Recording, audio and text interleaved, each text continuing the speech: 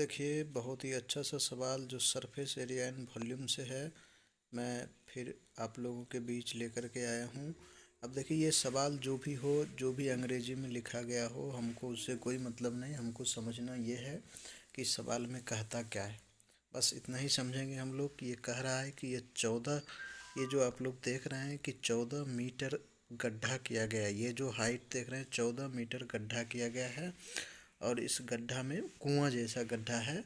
और इस गड्ढा से जो मिट्टी निकला, उस मिट्टी को इस कुएं के चारों तरफ जो है रिंग शेप में फैला देना है, जिस पे चढ़ के हम पानी निकाल सकते हैं या फिर जिस पे बैठ सकते हैं। तो जितना चौड़ाई में फैलाना है वो पहले बता दिया है कि ये देखिए 4 मीटर इस मिट्टी को फैलाना है।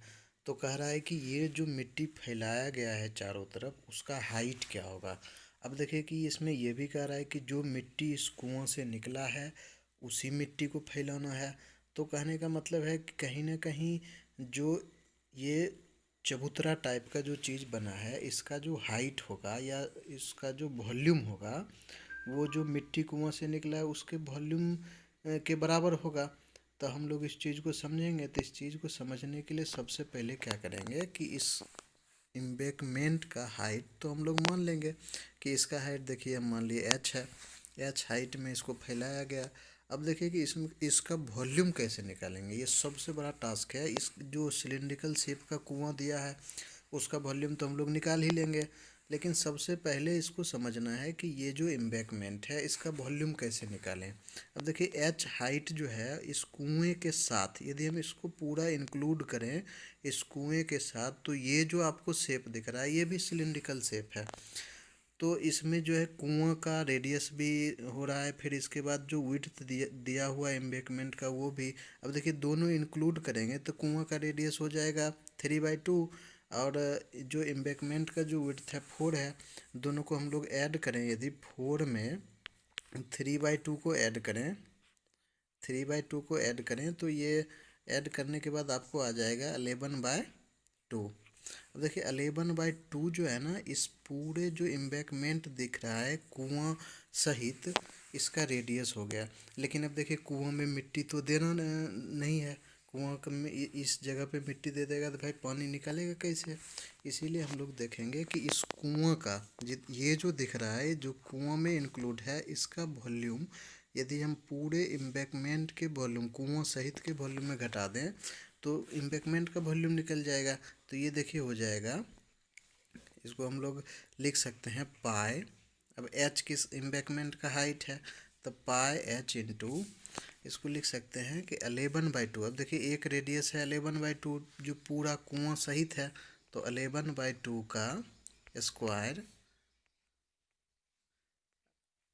घटाओ, अब रेडियस है 3/2 जो कुआं का, जहाँ मिट्टी देना नहीं है, इसका स्क्वायर। अब देखिए, यहाँ से हम लोग लिख सकते हैं पाई एच।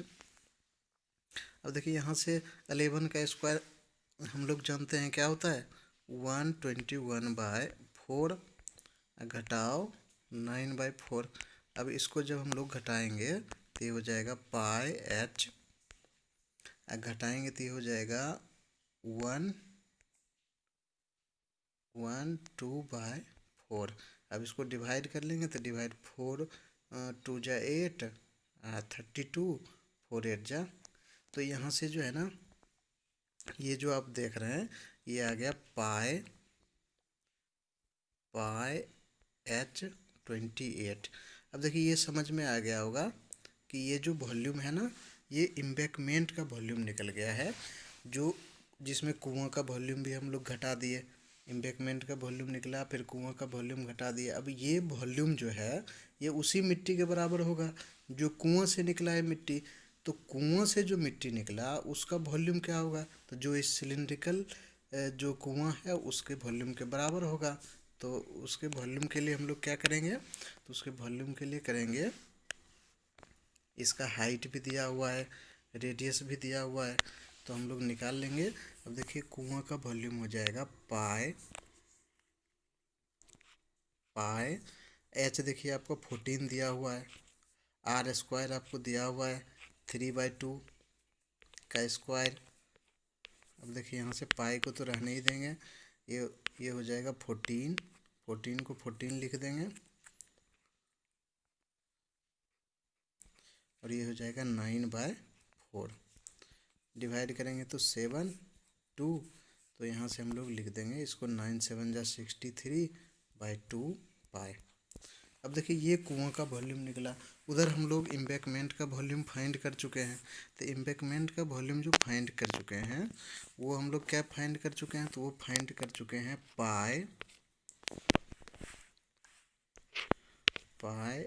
इंटू 28 इंटू एच, और ये बराबर हो जाएगा जो कुआं का वॉल्यूम निकला है, यानी 63/2 इंटू पाई।